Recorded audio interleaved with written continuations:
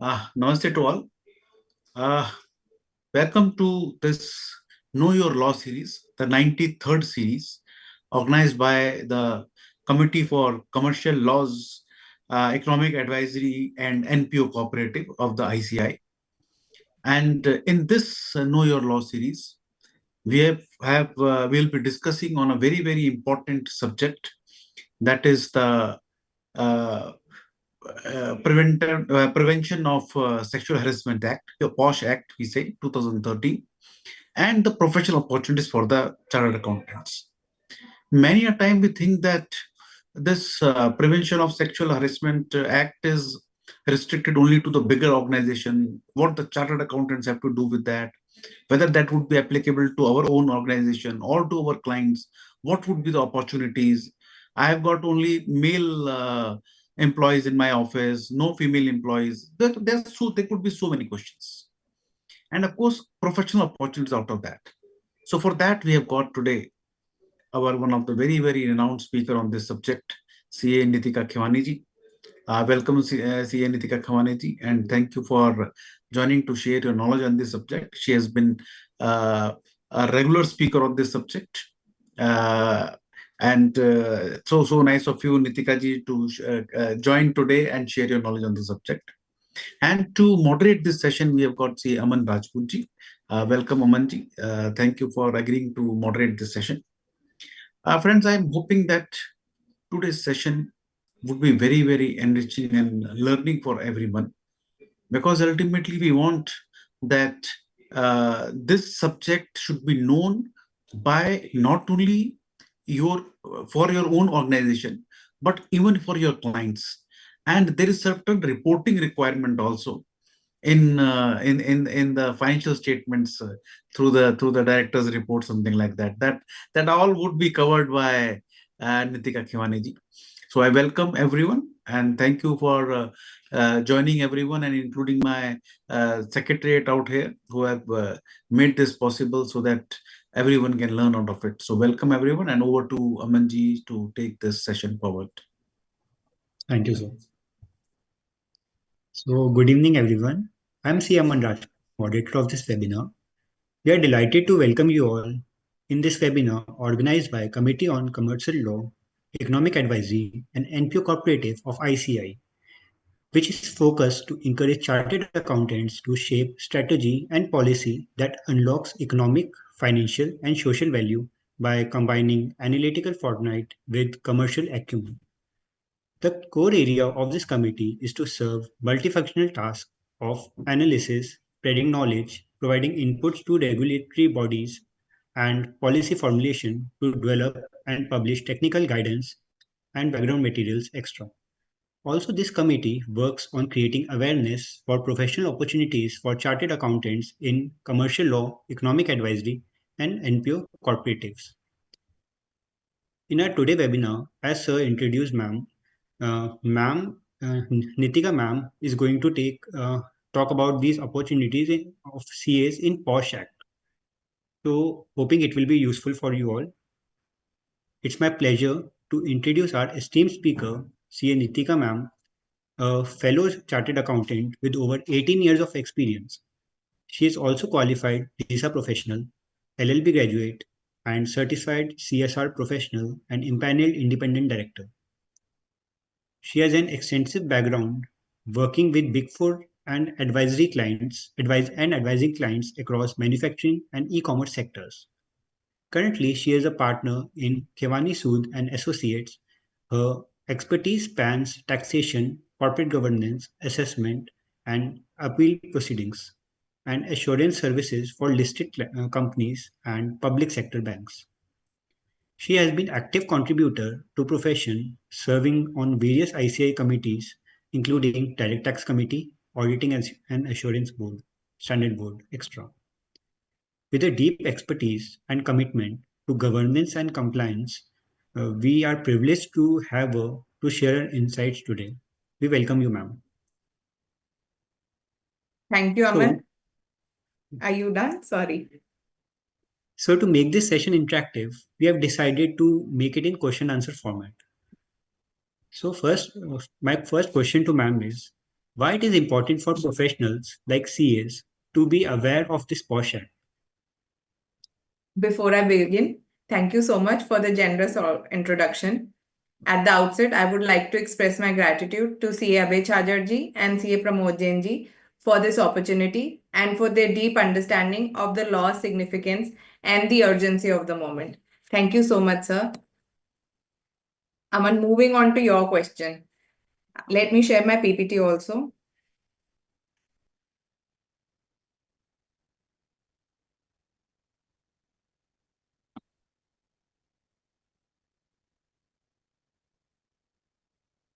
Why us? As we have seen that this domain is generally being explored by legal professionals and company secretaries. However, we have professional opportunities as chartered accountants as well. Any law that is enacted will always come up with a lot of professional opportunities. But we as chartered accountants maybe do not know where we can pitch in. We can be an advisory, we can be an external member, we can assist them in drafting of POSH policy, but we can do this only once we know the law and where we can come in. We have a reporting requirement as an auditor. It is also applicable to us as a CA firm.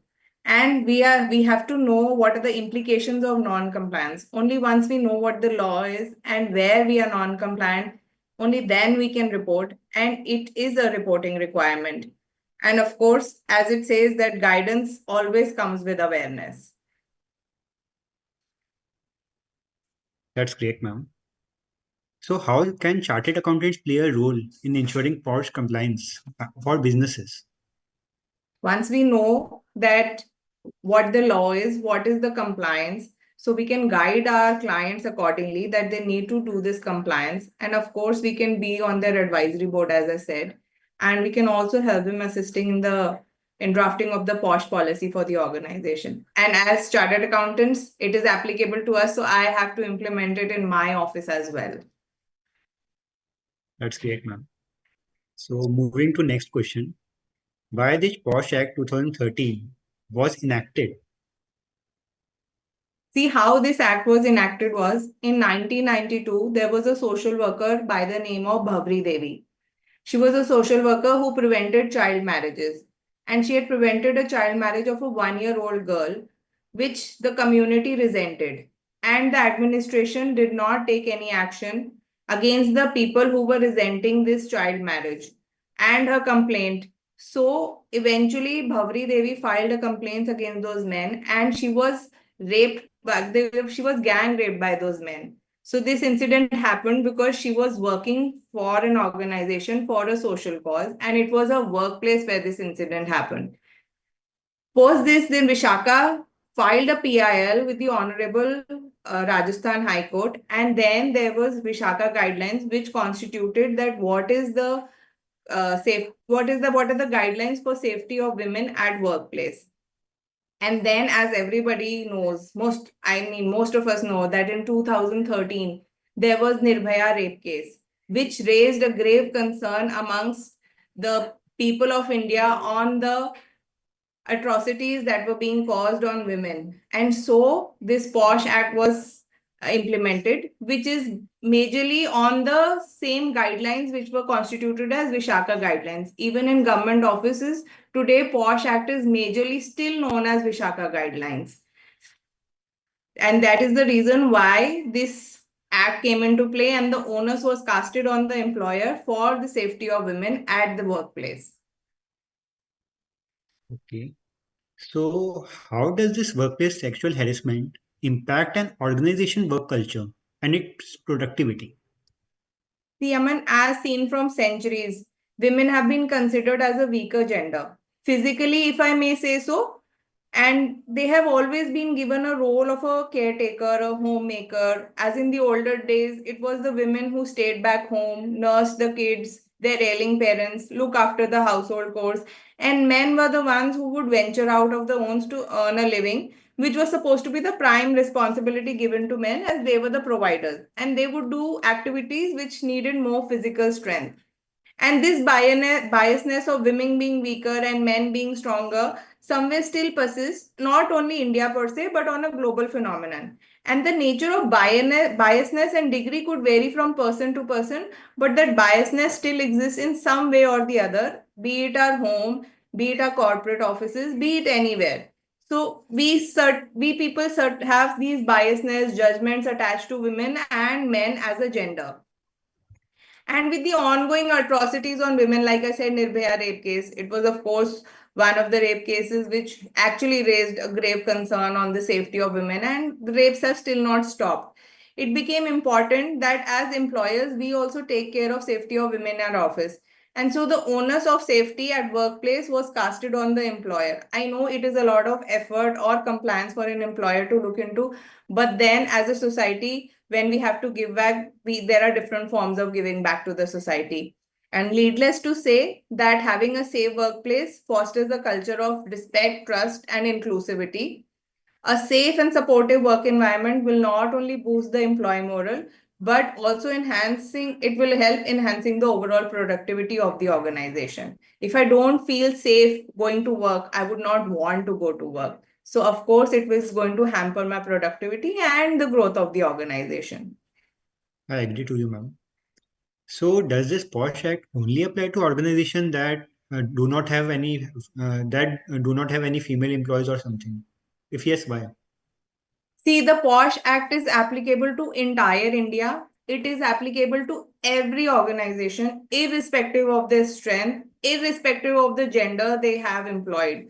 So even if somebody says that, oh, I don't need to do this compliance because I have my strength is all male staff, it doesn't give you an exemption. You have to comply with it. And as we go ahead, we'll see that the constitution of internal committees would want female employers, because otherwise the internal committee would not be properly constituted. So it is applicable to entire India, irrespective whether I have a female employee or not. The only difference it is in the where a sector is unorganized or organized. An organized sector is a sector which has more than 10 employees, and an unorganized sector is having less than 10 employees. So why this differentiation? They consider that if I have more than 10 employees, then I have to constitute my own internal committee, which is a complaints committee, that my employee can go and file a complaint with the internal committee regarding any sexual harassment faced by them.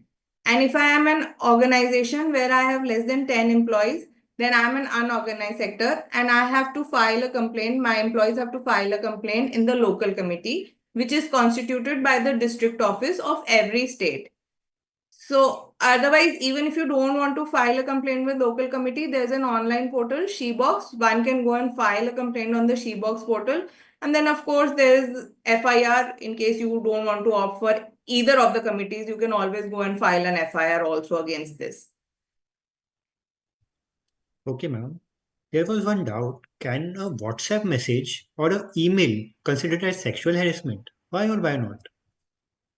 Okay, before I take this question, I would first define what actually sexual harassment means. And I think once we take care of the definition, I'm sure your question will also get answered in it.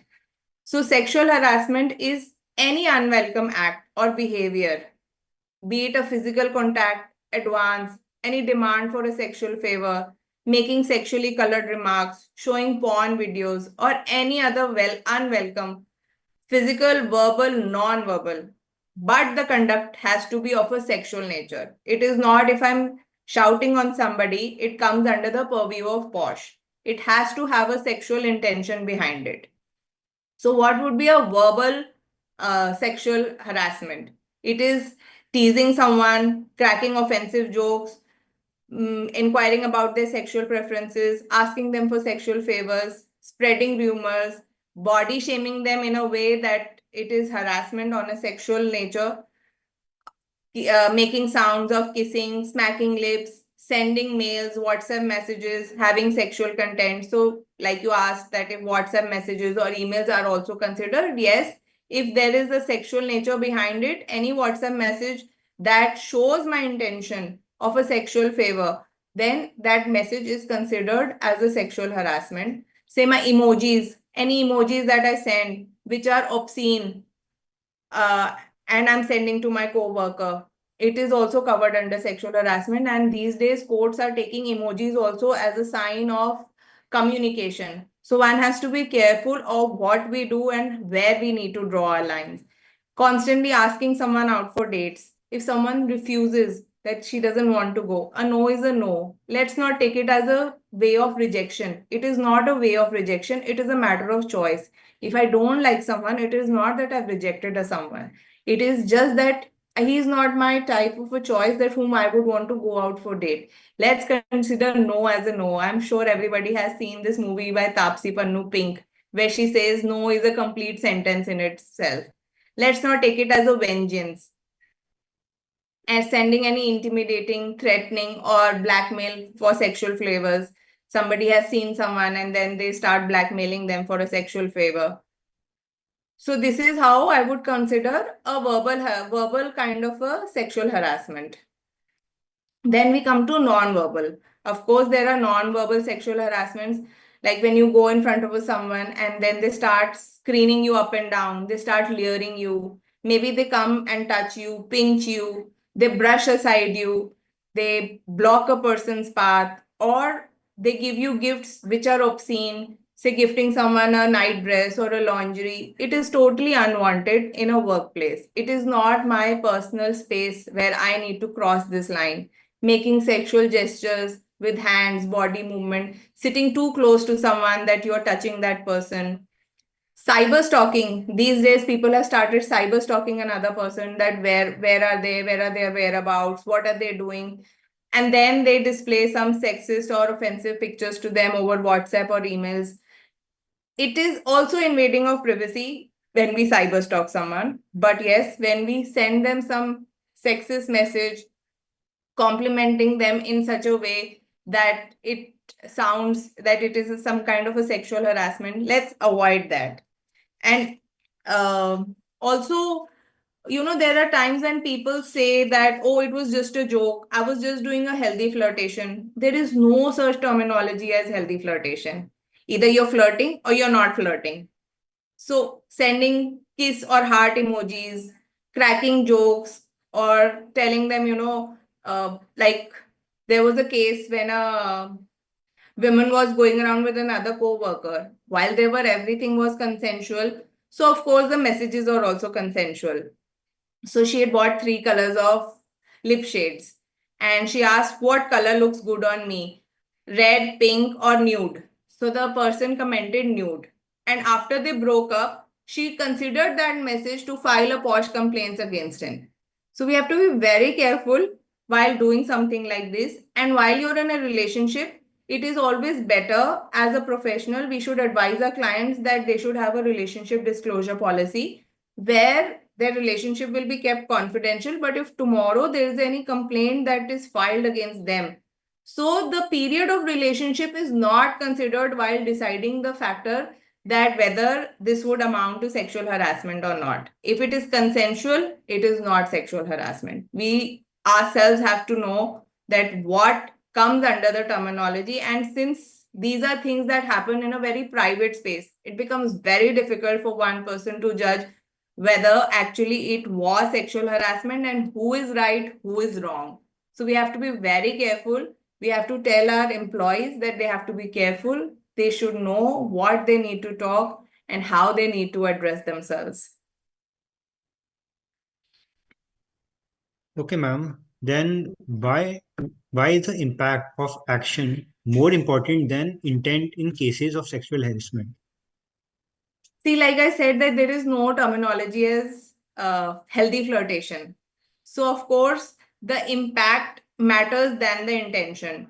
The other person has just cracked a joke, but how I felt with the joke would matter because I'm the complainant. It is not what the other person intended. Maybe he was actually joking. It was just a comment that he passed. He did not mean it like that. But how I took it is what matters here. So it has to be unwelcome. It has to be sexual in nature. It is subjective. It is subjective to how I have perceived it. So it is the impact that matters and not the intent. And it often occurs in a matrix of power, say a manager to an executive or a chairman to a manager.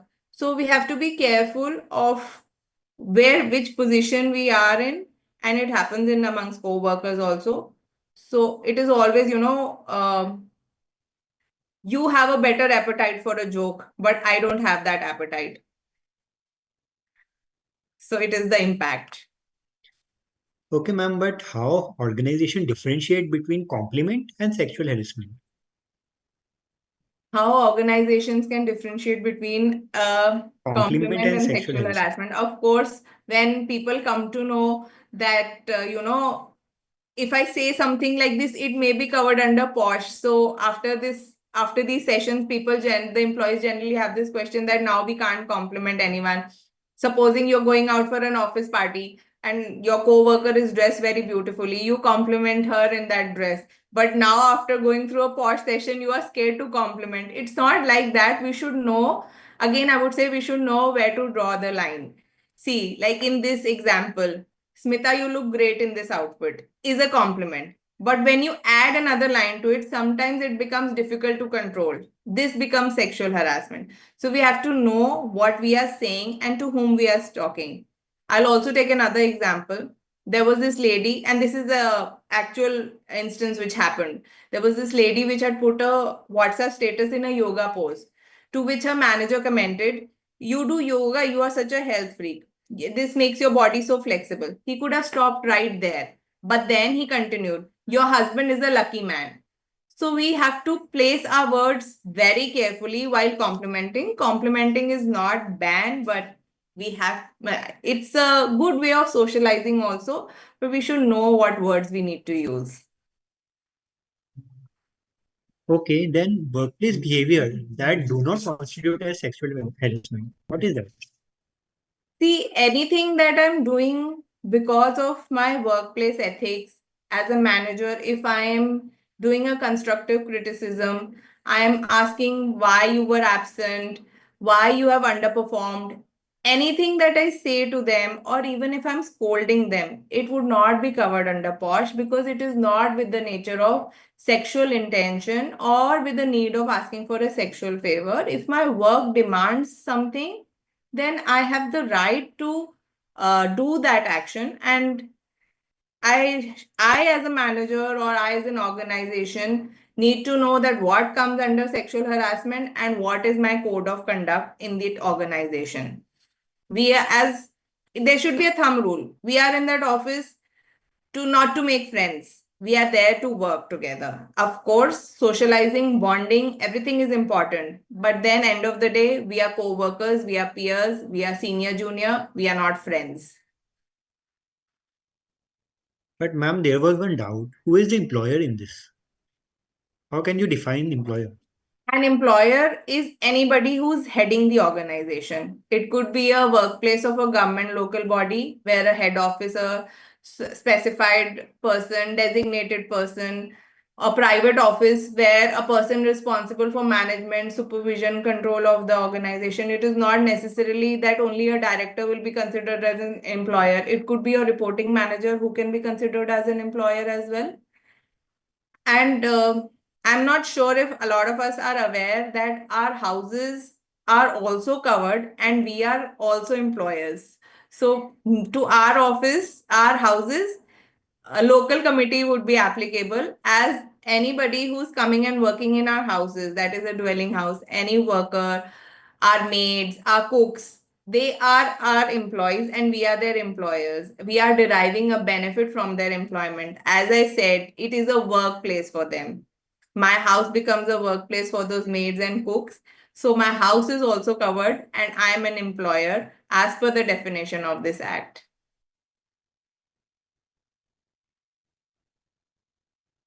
Okay, means you mean that in workplace even our houses are covered, Yes. which is beyond our office premises. Yes, because it is a workplace for someone who's coming and working in my house. Okay. So if an employee experiences harassment while attending a work event outside the office hours, will it be covered in POSH Act? See, first of all, what is a workplace? As I said, my house is in a workplace, my office is a workplace, any educational institution, colleges, sports facilities, wherever there is somebody in deriving any benefit out of someone becomes a workplace. So, this interesting concept of extended workplace. I have my office parties. my office dinners, my office lunches, they all become my extended workplace. I take my employees out for lunch, dinner, for an annual party, for an off-site. Everything is covered as an extended workplace. If, as an employer, I am giving them shuttle services where their safety is my responsibility, that they have to use the shuttle service. So this also becomes an extended workplace. A person, your intern, your office assistant going out for audit, that client place becomes an extended workplace because they are going there for the purpose of work. So our safety is not only, their safety is not only limited to the workplace, to my own office. It is also extending to wherever they are traveling for the purpose of work. So this includes your transportation, this includes your restaurants, this includes your off-sites. It includes everything. And then of course, then there are off-sites. There are corporates who allow use of alcohol.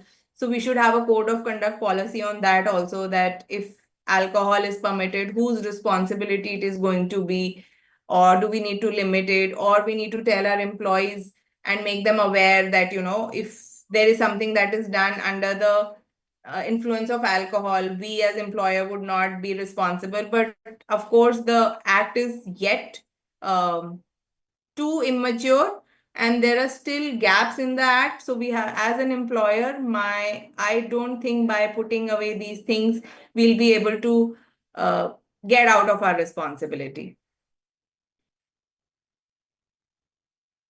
Okay, ma'am. So, what is the key difference between quid pro quo and hostile work environment harassment? Okay, before I go on to that, I will also tell you one quick definition of an aggrieved person. Of course, the act only covers women. There are organizations who have a gender neutral policy. Even though they have a gender neutral policy, if a male goes and complains, the act only complains a woman. It covers a woman or a person who acts or portrays herself to be a woman. We have people who get their sex change operations done. So if they portray themselves to be a woman, then the act would cover them also. It could be a domestic worker. It is not necessary whether I pay those women or I do not pay those women. As long as I am getting benefit from them, I am an employer and they are an employee. And having a gender neutral policy does not cover men folk in this act. It is only and only for women. Yes, we can have a code of conduct or a service rule policy for an organization, that if a male employee goes through any kind of sexual harassment, then what is the process for his complaint? Maybe the internal committee can decide the case using the attributes of the POSH Act. But as far as the act is concerned, male members are not covered under this. And also, a woman can face sexual harassment from another woman and she can file a complaint against that woman. So it can be a complaint against women to women as well. Now, moving on to your question of what are the forms of workplace sexual harassment? Quid pro quo, as the term says, this for that. If you give me this, I will give you that. So I can ask for a promotion in return of a sexual favor. I can threaten you for a sexual favor. I can do some detrimental treatment, or I will blackmail you that if you don't do this, I will not do that. I can ask you for increments in return for a sexual favor. And an hostile work environment is that as an employee, I'm very scared to go to office. My environment is intimidating. I have been objectified. There is some kind of humiliation that I face at the workplace, and it is affecting my health or safety. But of course, everything has to, it is not that, my manager is rude to me, so I feel intimidated, or I don't feel like going to work, or my environment has become threatening. It has to be a sexual harassment that I have to go through. It does not cover any other things. The intention of a sexual harassment is mandatory in any of these, be it a quid pro quo kind of environment or a hostile work environment. I'll take you through an example for both of these, and then I think it will become more clear. See, in this Kamini, she is a bright young leader working in a call center, and she's dedicated, hardworking, and she stays back one evening where her colleague Ravi asks her to complete an important presentation. That night, Ravi offers her to for a dinner and he drops her late at home. After dinner, Ravi proposes Kamini that he would like to spend the night with her, which Kamini refuses politely and firmly. And next evening, he again repeats his request to Kamini. Then he threatens her that if she doesn't give in, he will tell everyone that she is the one who has made a pass at him. So, this for that, if she doesn't agree to him for a sexual favor, then he is going to make her an object. So it becomes a quid pro quo that he is going to smear her character only because she has not agreed for a sexual favor in return. So his behavior is unwelcome, sexual, and of course has a negative impact on Kamini. So, ma'am, what would Kamini do after facing repeated harassment and threats from Ravi? See if Kamini has the courage, because of course going and complaining requires courage, and it also requires the faith and trust that you have in your organization, which only can come if your organization has made you aware that they are there for your safety and they are concerned. If you go through any kind of sexual harassment, they are going to help you in that matter. So Kamini should go and complain to the IC in case it is an organized sector, and in case it is an unorganized sector, she can go and file a complaint with the local committee or file an online complaint, or she can also file an FIR if she faces this kind of sexual harassment. So, ma'am, how does this workplace gossip constitute to be hostile work environment under POSH Act? See, workplace gossip is that if I enter some place, my peers are gossiping. For example, I am always moving around with my manager, and there's an important meeting that I need to attend, and my employees are already there in the meeting. But one of the employees says, "Where is Nitika? She hasn't come till now."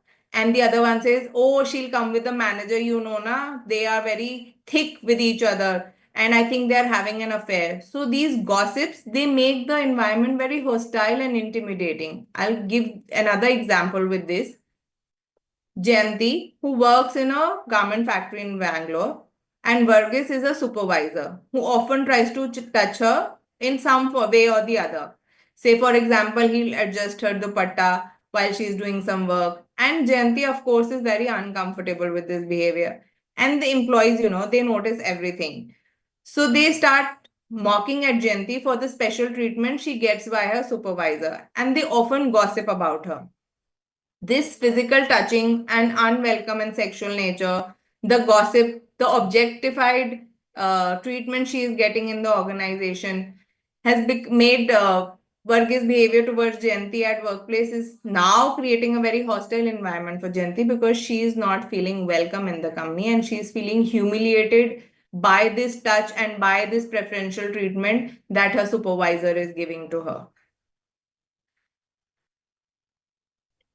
Okay, ma'am. So, what is the constitution of complaints committee, and what is the difference between IC and LC?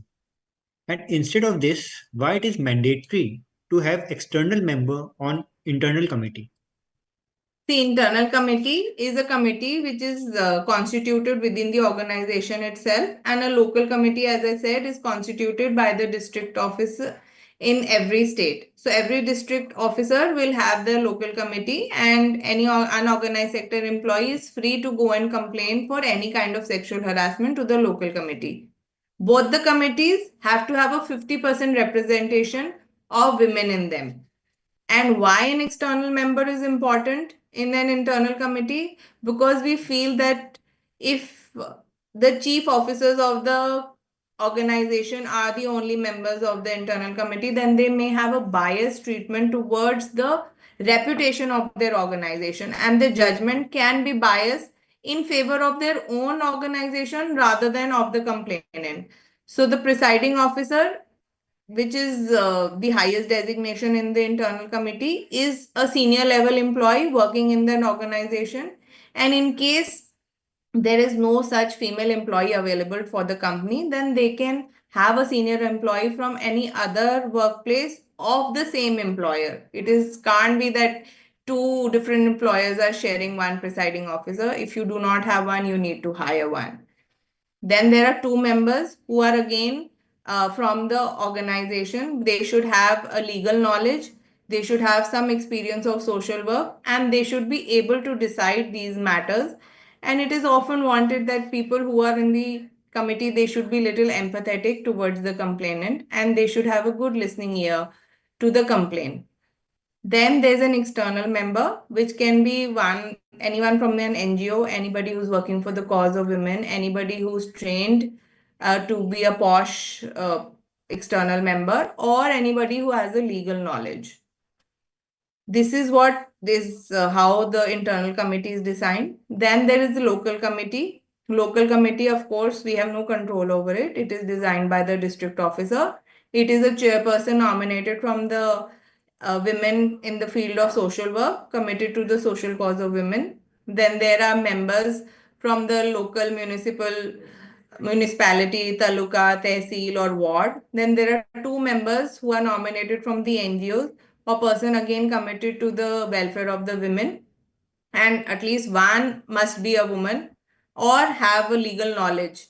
And then there's an ex officio member. The concerned officer has to be dealing with the social work, social welfare of women and child development.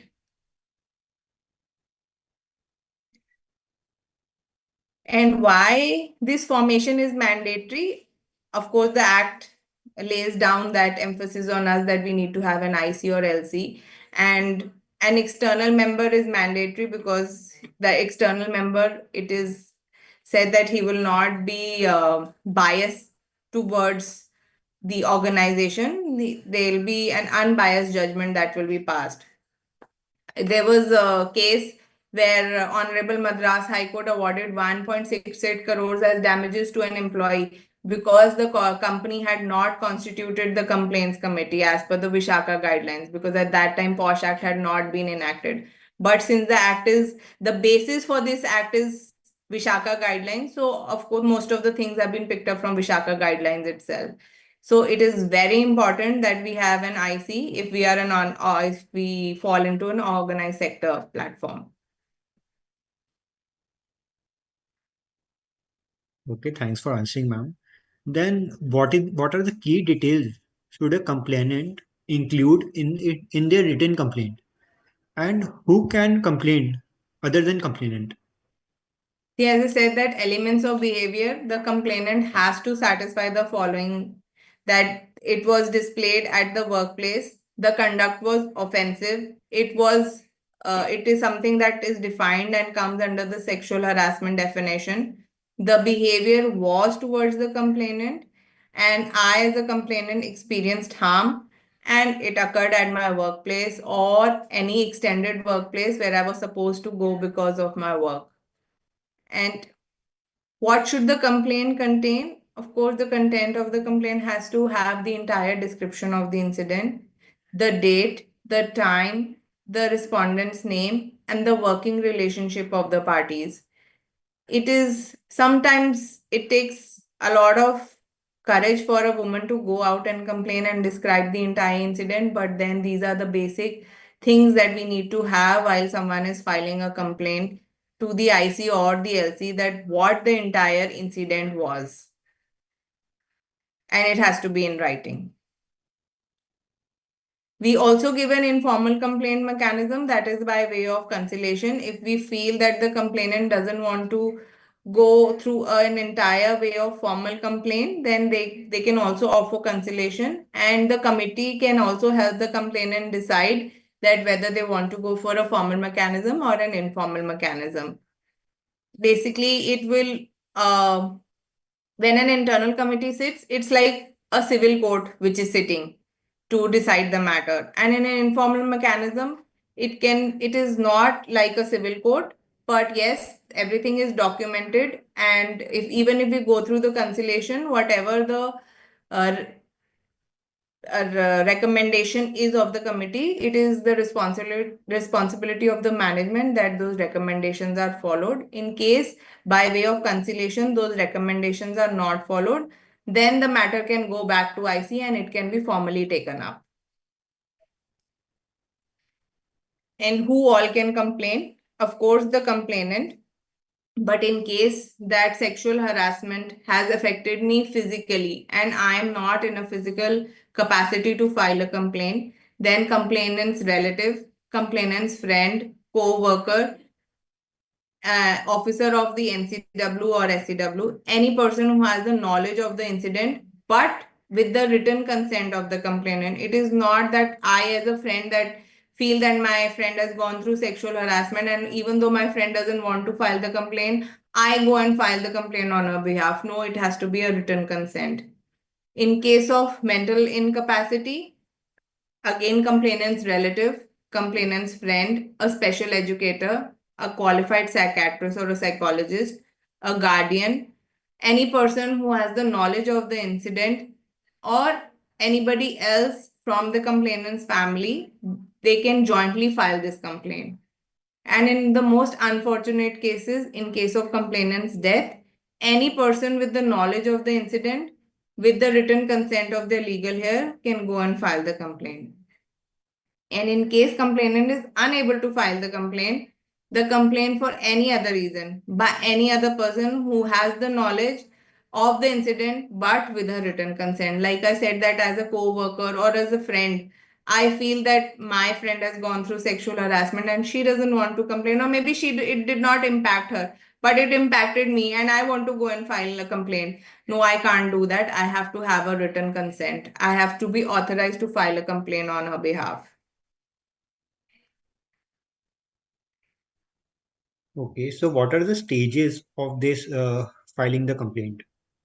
There are Main mainly stages. 6 stages of filing the complaint, and which is broken down into further 15 steps. One is, of course, receiving the complaint. How do we receive the complaint? We have to receive the complaint, acknowledge it, meet and talk to the complainant to explore whether they want to go for a formal redressal or an informal resolution. Then, if it is an informal mechanism, what is the way out? If it is a formal mechanism, how do we take it forward?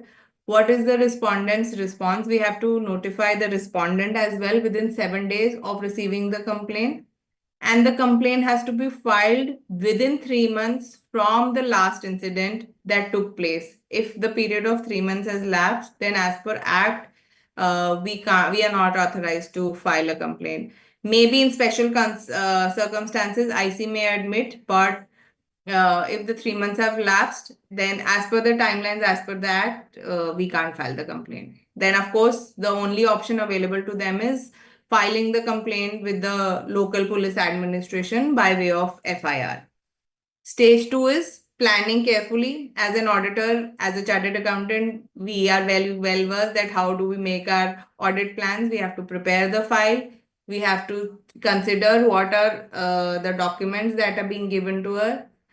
What is the complaint? Anything else that we need to consider in our planning stage? The stage three is interview. We have to plan an interview. We have to hear the complainant. We have to hear the witnesses. We have to hear the respondent. Interview is very important. It has to be very confidential. It is advisable that whatever interviews take place, they either take place after the office hours so that nobody in the organization knows. And it can also be that the interviews are not conducted within the office premises. We can choose some other premises and conduct the interviews so that the word does not spread. We have to be careful of the witnesses. The complainant can give their list of witnesses and the respondent can give his list of witnesses. As I said, that it is an incident which generally happens in a private space. So having witnesses also can sometimes also become very challenging because we don't know who has seen, who has heard, and what they have heard. It could be a partially baked information. We have to be careful in it is somewhere where our judgment then comes into play.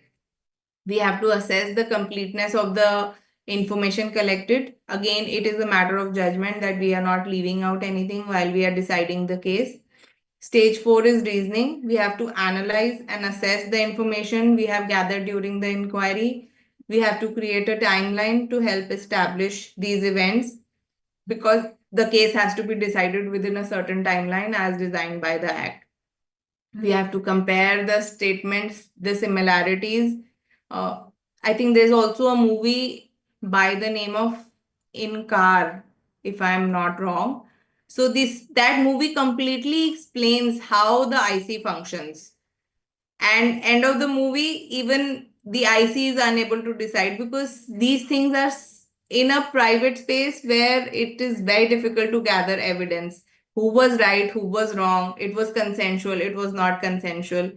And stage 5, finding and recommending. Finding is what is the decision I have arrived at, and what is the recommendation. Recommendation is what is the penalty or punishment that I would recommend to the respondent for his behavior. And stage 6 is writing the report with my finding and the recommendation and filing it with the management. These are the important timelines while we take up a complaint with the IC. As I said, that complaint has to be filed within 3 months of the last incident. A notice to the respondent has to be given within 7 days of receiving of the copy of the complaint. He has to be notified. The inquiry has to be completed within 90 days. If due to some circumstances we feel that we cannot complete it in 90 days, then we can extend this period by a few more days. After once we've decided our recommendation, we have our finding, then we have to file a report within 10 days of completion of our inquiry to the employer or the district officer. Once the report is filed, it is on the management that all the recommendations are followed within 60 days of filing of the report. And in case complainant or respondent, they are not happy with the decision or the recommendation, then they can always file an appeal against the decision that the IC or LC has given.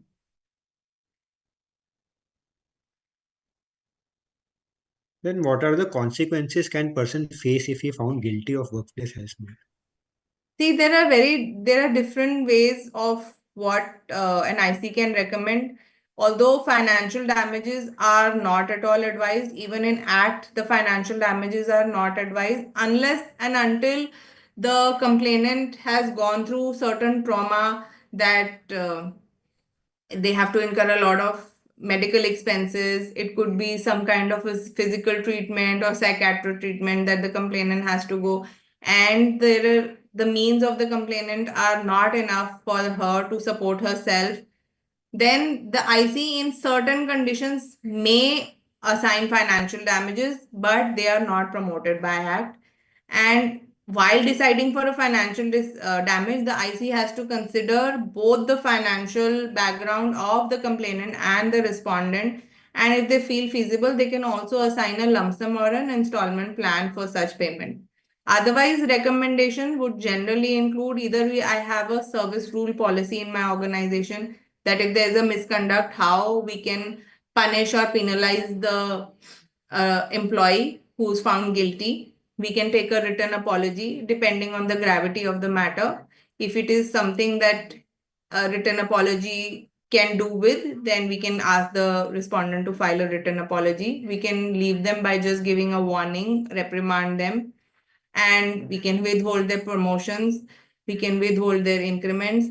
We can give them counseling sessions. We can ask them to do some kind of community service. We can terminate them from their services. Or if there is any additional recommendation that the IC may feel fit, then they can do that recommendation looking at the circumstances and gravity of the matter. Okay, ma'am, then what details must organization include in their annual POSH compliance report? See, Aman, we generally, I'm sure most of us are aware that in the director's report, all the there's the private limited companies or limited companies or corporates where they file their director's report, not for other organizations. They are generally giving in their director's report on the POSH Act applicability and the number of complaints they have received during the year, the number of complaints they have disposed of, number of cases that are pending for more than 90 days, number of workshop awareness sessions carried out, and nature of action taken by the employer or the district officer. So it is the same content that is applicable to an annual report, which has to be filed with the district officer every year. And this year is not financial year, this is calendar year, which is January to December. Every state has their own timeline within which we have to file their annual report. Generally, it is 30 days from the closure of the calendar year, but there are states which permit you to file their annual report in the month of February also, like Haryana had just extended in this financial year. And the report should be shown to the management also. It is actually the responsibility of the management that they need to go and submit the report. If it's supposed to be submitted physically, then we need to have an acknowledgement. There are states which give you an online access also. So you can mail the annual report as well and keep that acknowledgement of the mail in your records that the annual report has been filed with the respective district officer. So what are the penalties for non-compliances? Penalties are often an area which interests most of us. I think all of us. What are the ways if I don't do this, never mind, I'll just pay a little amount of damage and or compensation and I'll get out of it. But maybe I don't want to be compliant. One-time penalty, that is the first time there is a non-compliance, it is subject to a penalty of 50,000. It could be anything. It could be failure to constitute an internal committee. It could be failure to act upon the recommendation. It could be failure to file an annual report. A lot of people do not file their annual reports. It could be contravention of any other provision of the act or rule of the POSH. Wherever there is a breach of any rule or regulation as given in the POSH Act, there is a first time contravention penalty of 50,000. And if it is more than once, then there could be a cancellation or withdrawal of your registration license for carrying on business activities. So of course the penalty is very harsh. We should not take it lightly. It is just that maybe the act has yet not caught the fire, but once it does, I'm sure it will be very difficult for us to get penalized.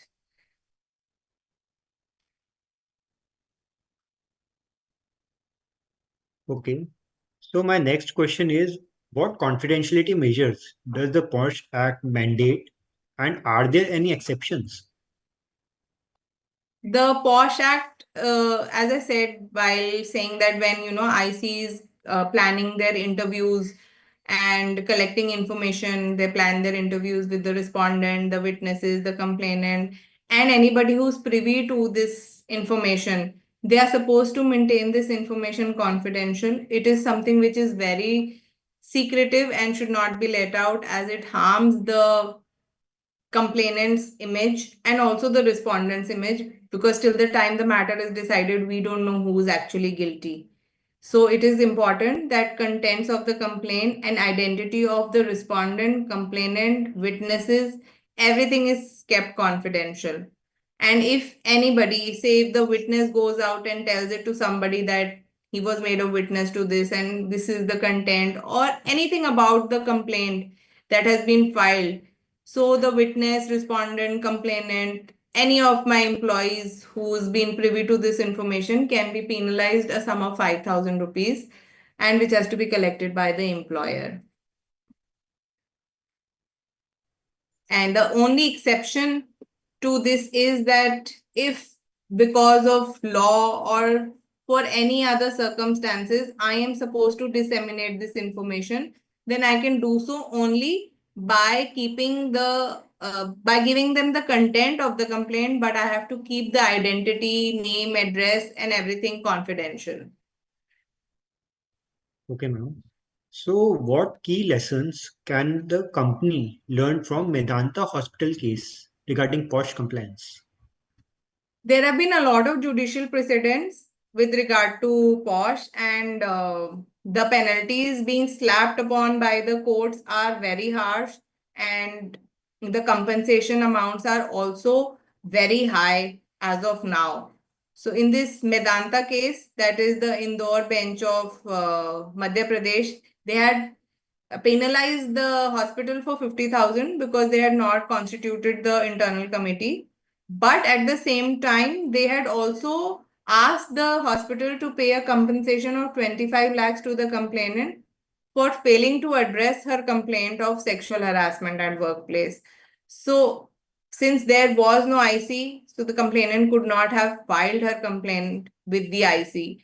And this constituted a failure on part of the hospital to comply with the law. And the complainant was compensated by 25 lakhs, which is, of course, not a small amount for anybody to do just because they do not have an IC. So we have to be careful that if we are up, when we comply, we have to comply with full length and breadth of the law. It is not pick and choose. We are not doing cherry picking here. Exactly, ma'am. So why did ROC Karnataka impose a penalty on company for non-disclosure of POSH compliance in director's report? See, this is where we come into play. That as chartered accountants, we have to be careful that I think yet not no CLAR has been notified, but once it is notified, we'll be burdened with a lot of laws that we need to know. But this is also like a labor law. We take care of the ESI, PF, gratuity, we take care of GST, we take care of other laws which are passing through our balance sheet, anything which is impacting a payout. But these are also information that is required to be given in a director's report. It is a mandatory information that has to be laid out. The ROC Karnataka recently imposed a penalty of 4.5 lakhs on the company and its director for non-compliance of not disclosing the compliance of POSH. By this, I don't mean that, a company, they just give out that tabulation that yes, number of cases, number of pending cases, number of cases beyond 90 days, they write nil, nil, nil. But as a consultant, have we really seen that whether they have the POSH policy, whether anything had come into play? We as chartered accountants, we are auditors, that is, we are into audition business. We have to know what compliances are being done because this is something which is not being routed through our profit and loss account. So we have to find out, we have to ask the management if there's a POSH policy. We have to know who their external member is. We can have a word with the external member, ask her or him that the client has actually done a awareness session, you have attended regular meetings, and there are actually no complaints that have been filed with the IC. So this is our way of asking or auditing the client whether the POSH law has been followed or not. So what proactive measures should organization take to create harassment-free workplace? See, a proactive measure is, of course, as I said, that policy has to be effectively communicated. These days, there are organizations who are doing a relationship disclosure policy. There is a service code policy apart from the POSH policy. When you do onboarding of an employee, you should make them aware that the organization is POSH compliant. She will be taken care of. Then the list of the IC members has to be displayed on a board which is easily seeable by the people who are entering the organization, by the employees. Because why I would say is that even if there is a visitor who's coming and meeting me in my office, is coming because of their work. So for them, my workplace becomes their extended workplace. And if a visitor faces sexual harassment in my office, and if I have an IC, so for that visitor, both the ICs, they can complain to both the ICs, either to my IC as a visitor or to the other office as an employee. So the visitor is also the visitor should also be able to see that who are my IC members and where they can file a complaint, whom they can contact in case they face any kind of sexual harassment in my office. Then, of course, there are display details, as I said, that where the complaint can be addressed, to whom it has to be mailed, what is the set of documentation that has to be given. We have to take orientation programs from time to time. If you feel that you have done an orientation program for all the employees and then there are new joinees, please have more orientation programs, or you can have a recording of the orientation program that you had conducted for all the employees and play it for them once they onboard the organization so that they are made aware of what the do's and don'ts are. A complaint committee, you should have a skilled complaints committee. It is advised that, for a firm which has partners, So the partner does not become the presiding officer because he's the employer. Anybody who's at a good, decent level and who's able to, you think that she'll be able to handle the complaint, should be opted as a presiding officer. It is advised that the directors and partners are not considered for the post of presiding officer just because that they can be biased towards their own organization, and they may not be in they may not give a judgment in favor of the complainant or the respondent. They will give a judgment which does not put a legal dent on their organization, because of course if somebody goes out to the legal forums, then it is the organization which also has to pay the price. So if we do not want to pay the price, let's make our employees aware. Let's be good mentors as senior persons, as leaders. Let's have a good code of conduct in the office. We should have a good decorum. We should also have sessions for body language. What is the social distancing that we should keep? So we should know that how we need to improve the culture of the organization, and how the organization doesn't go through this kind of, and no female should actually go through this kind of harassment.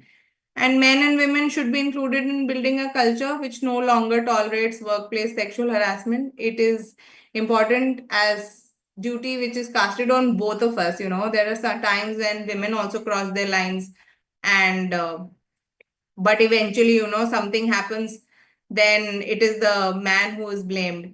So let's foster an environment which is a good environment. That's great points, ma'am. So after attending this session, what should organization and professionals do next to ensure effective POSH compliance? See, Aman, they should first of all go and ask their client that whether they actually have a POSH policy in place. And since as auditors, we know what is the strength of their employees in the organization. So whether we fall under the organized sector or unorganized sector, we should be able to ask them to have an IC or a LC. We should ask them to have their documents in place, whether they are holding regular meetings, addressing the employee concerns, whether they have that board of the IC members, whether their names are displayed at a place which is conspicuous and anybody can view it, it is easily visible. We should have their email IDs, phone numbers on the board along with their name, that these are our IC members. And of course, the director's report, as I said, it should not be just a mere paperwork because I have to have it in my report. So that is why I'm having it. But director's report is only limited for the corporates. What about other assessees? So we have to have certain set of documentation as an auditor also. And in case there is anything, we should help them uh, comply with this act. And of course, now that we know about it, we can get into this. There are a lot of professional opportunities, as you see that this act is applicable to entire India and to all the workplaces. It is not that I have to pick and choose, oh, this is applicable only to a private limited company, it is applicable only to a multinational corporate. No, it is applicable to everyone. It is applicable to me as well. Am I compliant? And uh, as a professional, and of course as an ensuring that there is POSH compliance, they should ensure that not only the workplace of us professional is following the rules, and as professional, if I am following the rules and regulations, I will be able to help my clients in a better way. And of course, like we take care of other labor laws compliance, as I said, that we ask for ESI, PF, bonus, gratuity, we ask for every register just because it has a financial impact. But this non-compliance can have a financial dent on the organization, and not only a financial dent, but a dent on my image also as an organization, and also it can impact two people's lives in a very different way. So let's foster a culture which is safe for each one of us. I would not say that only for the complainant, for the respondent also. And let's not use this tool as a tool of vengeance. There are times, that two people are having a relationship and then they break up. Now the woman feels that, this law has strong tooth which is going to help her in this.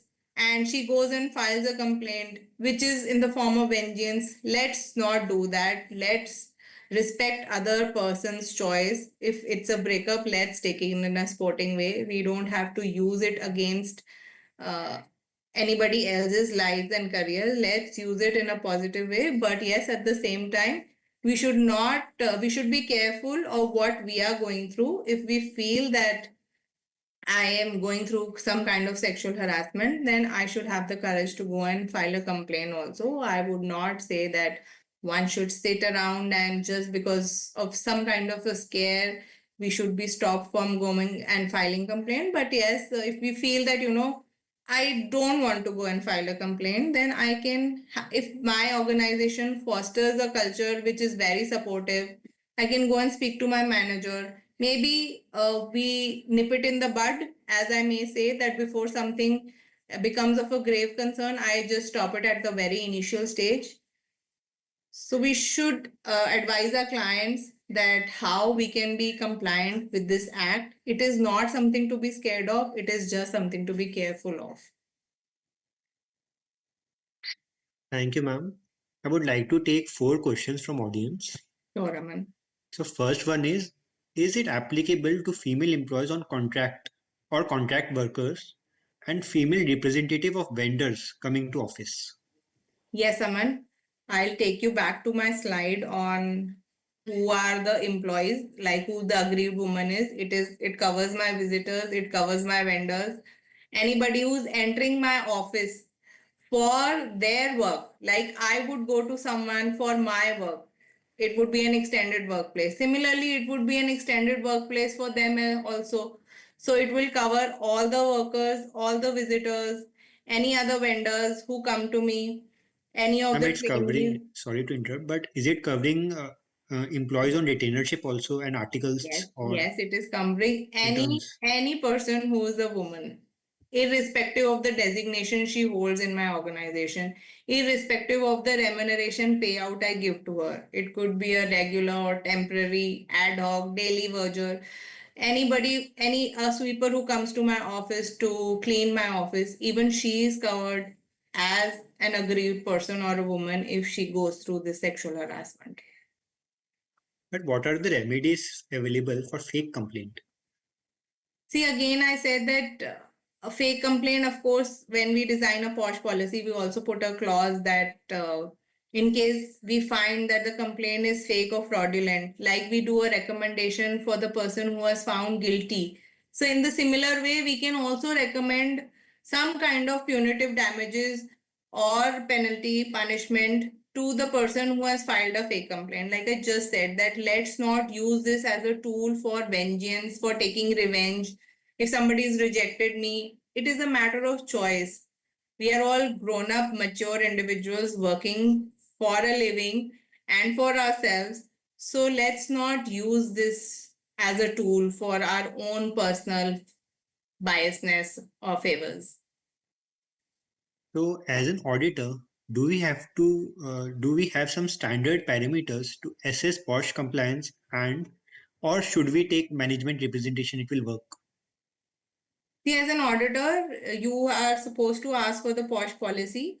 As I said, that if it's in an organized sector, they have to have an IC, they have to have their POSH policy in place. Even if it's an unorganized sector, the POSH policy is still to be there. It is just exempts me from having my own IC. So asking for a POSH policy will get a lot of things clear for you, that whether the management is actually compliant or not. And an auditor, it is my responsibility to see that whether the organization is complying with the law or not.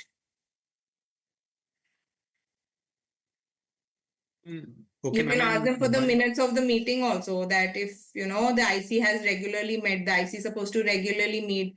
You can have some kind of a frequency attached to it. The IC is going to meet quarterly, 6 monthly. You attach a frequency to it. The POSH policy will have the frequency. And if the IC is regularly meeting, then you can see the minutes of the meeting. there's one last question. How many sessions are generally needed for creating awareness about POSH? Like the person who asked this question said that I am taking around 15 to 20 headcounts, organization with 15 to 20 headcounts.